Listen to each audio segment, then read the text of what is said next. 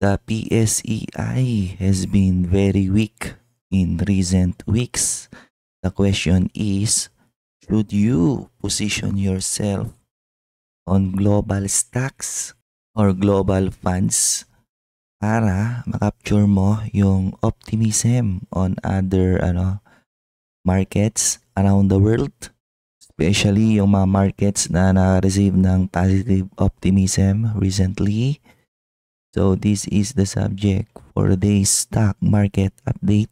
So the BSEI, while yes, nag-rebound siya recently, pero malalaman natin kung magtutuloy-tuloy. And ito yung current year-to-date performances of different indices. And as you can see, the only red, at least sa mga tinatrack ko rito, is the Philippine stock market, PSEI. So the US market, bawing-bawi na sila, going papuntang 20% plus bull run pag nagkataon. Pero the big story is still international and emerging market. 24% for international and 27% for emerging. Kaya usap-usapan ngayon yung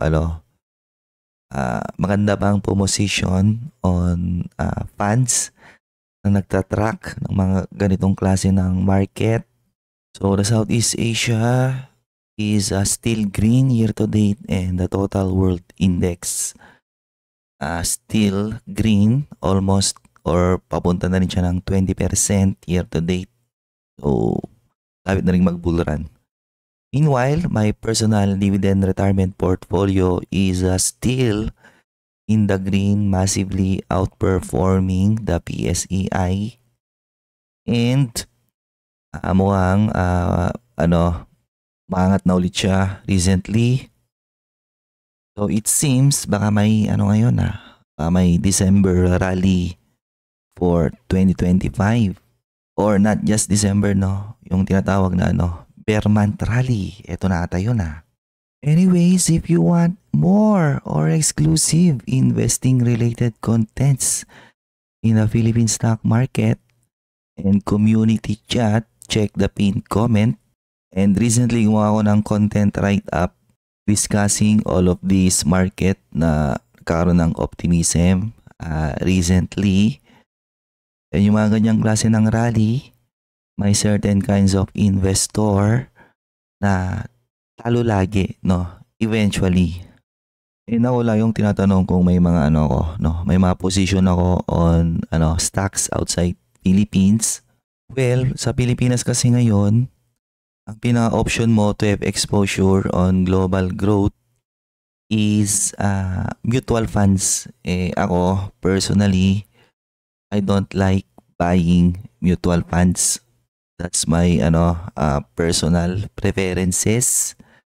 Pero kung ikaw, you're just a passive investor, wala ka namang time to do your research, then maybe that's one of your option. So, for this video, magre-react ako on this Q&A session. Tingnan natin ano yung tanong about global funds or anything that's happening globally. Diba kasi pag sa Pilipinas lang, puro visit na flood control. I tell you, walang mangyayari dyan. Okay. Well, in the short term, meron, medyo pag kinakalampag mong ganyan yung mga politiko, medyo maglalaylo yan, tulad nung sa dati kay Janet Napoles, pork barrel. Maglalaylo sila for a few years until hindi na ulit maingay, blah blah blah, gagawa ulit ng paraan, to get some piece of that budget. So first question, what is the best strategy for positioning ahead of a potential Fed rate cut in September? So, lagi ang tinatanong, mga retail investor. So, ganito yan, Is cutting interest rate good for the equities market? The answer is yes. Pero technically, hindi mo agad mararamdaman yan yung epekto niyan sa mga iba't ibang companies. and hindi mo rin talaga mapre-predict ano yung full impact niyan on individual companies. Malalaman mo lang yan once you follow the fundamentals and story of such companies. So Fed rate cut, yes, it can give you a positive optimism in the short term, pero in the long term, magdedepende ba rin yan sa individual company performances. So nagiging usap-usapan ngayon yung Fed rate cut na yan, di ba? Na dati hindi naman usap-usapan yan eh. So ba't naging usap-usapan ngayon yan sa US market? Kasi grossly overvalued ang US market. So, yung mga investor ngayon dyan, naghanap sila ng kahit katiting na optimism para magkaroon sila ng reason na mabuy up yung kanilang stock market, di ba? Para mag-continue yung kanilang momentum, kaya kahit kung ano-anong klase ng news yung hinahanap nila to drive optimism. Na eventually, mauubos yung mga news about optimism, mapapalitan ng puro bad news. Doon nagko-correct yung isang cycle ng isang stock market. Doon siya bumabagsak, okay? And ang matatalo dyan, syempre, is always those investor na nag-chase ng mga stock market na may hype, may positive optimism, very greedy, ganyan. Should I keep my cash or shift more into bond funds? So ako, hindi rin ako ganun ka fan ng bond funds. Ang bond funds para lang yan sa mga mostly mga large institution. Kung individual man, para sa mga yan, mga ultra rich, di ba? Mga sobrang yayamanin na mga tao. Kasi yan protection sa nilang net worth. Ngayon kapag isang retail investor na nagsisik ng capital appreciation ng investment mo, I think hindi talaga yan magandang option, no? Kasi the equities market will always outperform the bond market in the long term. And then yung isa pa na sinabi niya is itatago mo ba yung cash mo? Depende kasi yan sa sa confidence mo. Kung di ka confident sa ginagawa mo, then might as well itago mo na lang yung cash mo, di ba? Is it even significant if the USD remains stable despite Trump's action? Who cares? Trump is a freaking clown. Pinagagawa nun sa buhay niya. Okay. Nasa retail investor yung mga ngayon, wala kang pakialam sa mga ganyan-ganyan eh. Ang pangit lang kasi is that kahit sabihin mong clown si Donald Trump, no? Kapag nag-fail ang US market, ang US economy, dinadrag down niya halos lahat ng economy around the world. In terms of asset classes, what's the best strategy for local investments given US tariff?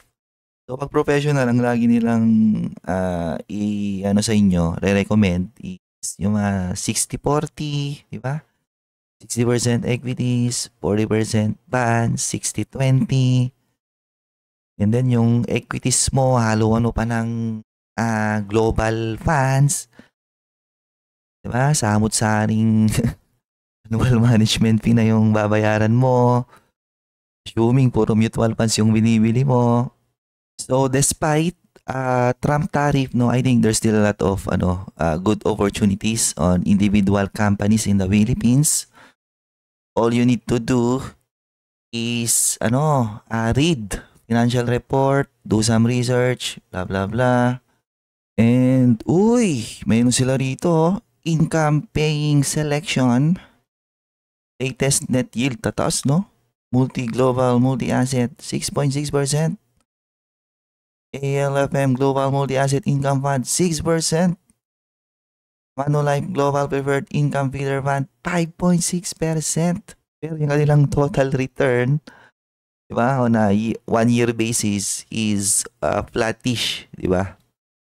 So, technically, lang siya, no, pang pure income investor. But then again, as an investor, dyan ka ba talaga dapat mag-focus or yung tinatawag na total return? Which global funds currently show the strongest long-term growth potential?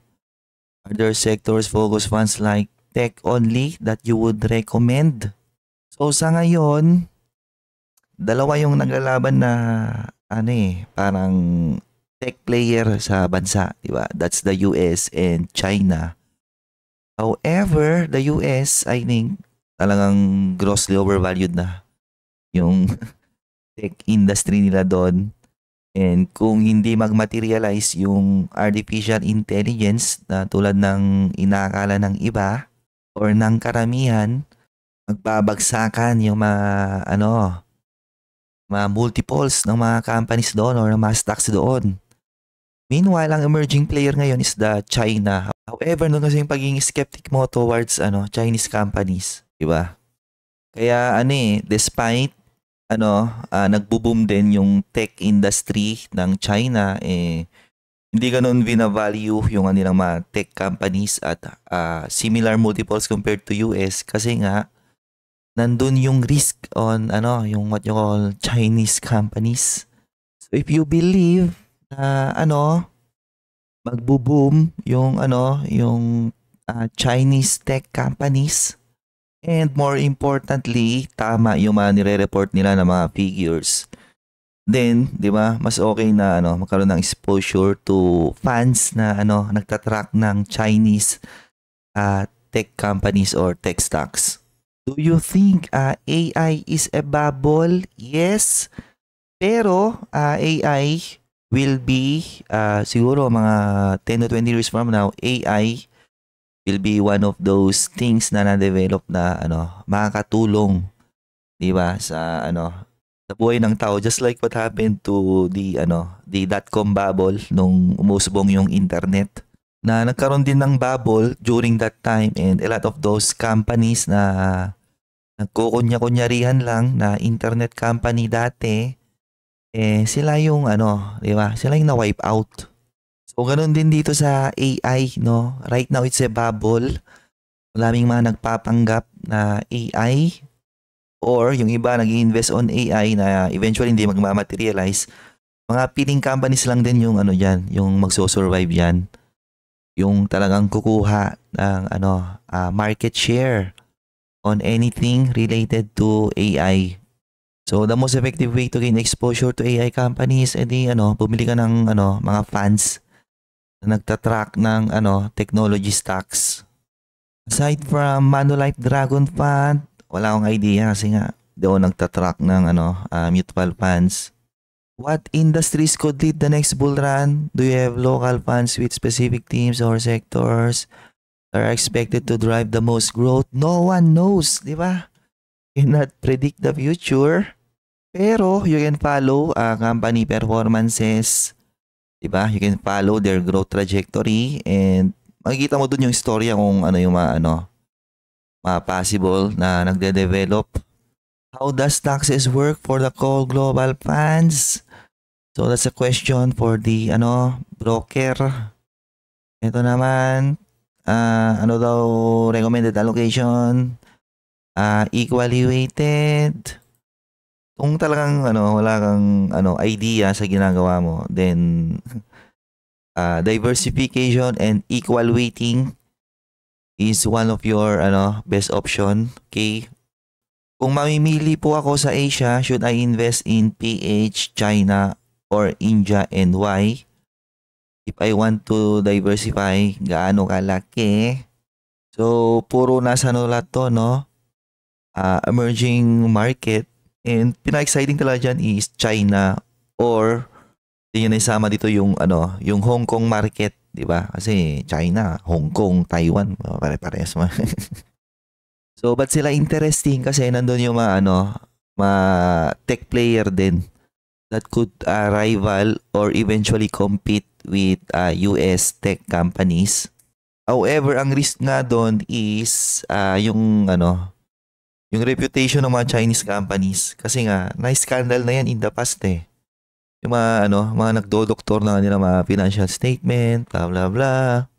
Kaya yung mga napapanood ko na documentaries, maski mga Chinese, mga lokal na Chinese, ayaw nila mag-invest sa kanilang Chinese market. Kasi skeptical sila sa nilang stock market. Kaya mostly ng mga Chinese, nag-iinvest yan on properties. Diba? Kaya nung nalusaw yung Evergrande, daming napektuhan. Kasi yun lang yung talagang ginagawa nilang investment. However, kung nagkaroon ng trust and integrity sa nilang Chinese market, and a lot of those savings ng mga Chinese ma-shift into the Chinese market, magsibilihan yung mga Chinese ng Chinese stock, nandiyan yung malaking potential growth, pero andun pa rin talaga yung risk. Pero ako, personally, Pilipinas number 1 pa rin ako, okay? Kasi nga, yun yung mas mas kabisado ko di ba? Yun yung mga nakikita ko sa palipaligid, yung mga nababasa ko sa news, okay? Yun yung mas familiar ako. I invested in XSL, blah blah blah, as recommended by Cole. But knowing it's 60% US, I want to focus on China more. So I fully transfer my investments to blah blah blah. Well, pwede mo namang bilhin yung dalawa. Pero sa ngayon I don't like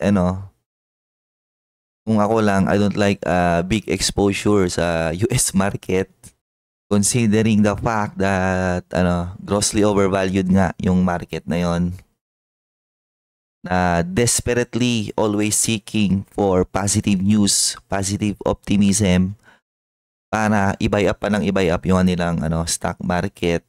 What's going to happen to the Manulife, Dragon Fund, local equities, and RB bonds if China suddenly invades Taiwan?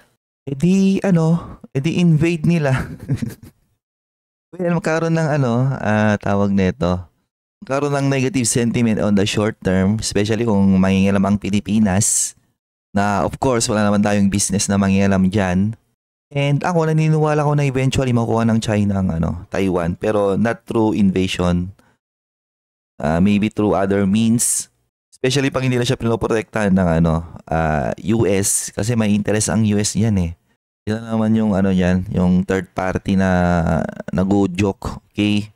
Kasi whether you like it or not, di ba? Taiwan are Chinese people, okay? Kakadugo mga yan eventually. Mga ganyang magkakadugo. Kakaroon ng reunion, ganon.